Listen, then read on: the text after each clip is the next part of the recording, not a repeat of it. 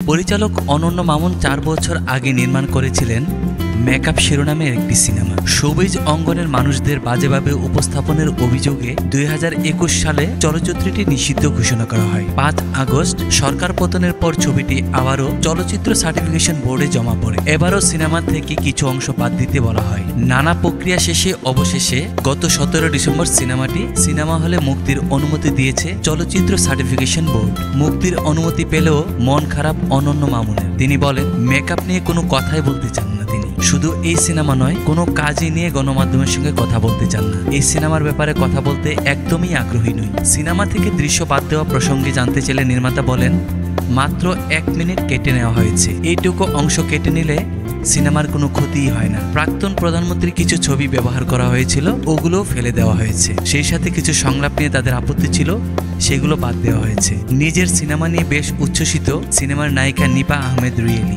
তিনি বলেন, সিনেমাটি আমার ক্যারিয়ারের প্রথম সিনেমা। অনেক আশা নিয়ে কাজ করেছিলাম, কিন্তু নানা কারণে ছবিটি সেন্সর বোর্ডে আটকে ছিল। অবশেষে মুক্তির অনুমতি পেয়েছে। আমি খুবই খুশি। এই ছবিতে আমার জার্নিটা একেবারে অন্যরকম দেখতে পারবেন দর্শক। আশা করছি দর্শক ছবিটি পছন্দ করবেন।